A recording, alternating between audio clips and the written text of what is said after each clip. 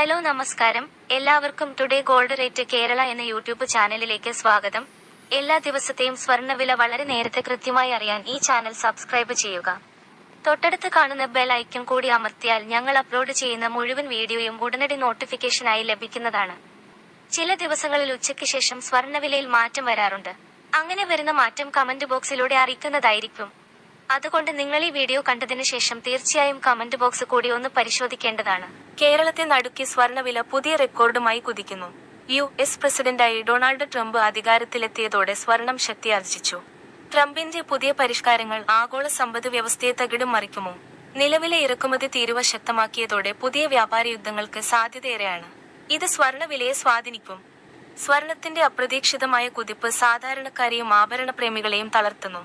November മാസത്തിൽ ട്രംപിന്റെ election വിജയത്തിൽ $2,536 കുറഞ്ഞ അന്താരാഷ്ട്ര സ്വർണ്ണവില വീണ്ടും $2,750 കുതിച്ചെത്തുകയാണ് ഉണ്ടായത്. സംസ്ഥാനത്ത് ആദ്യമായാണ് സ്വർണ്ണവില 60,000 കടന്നത്.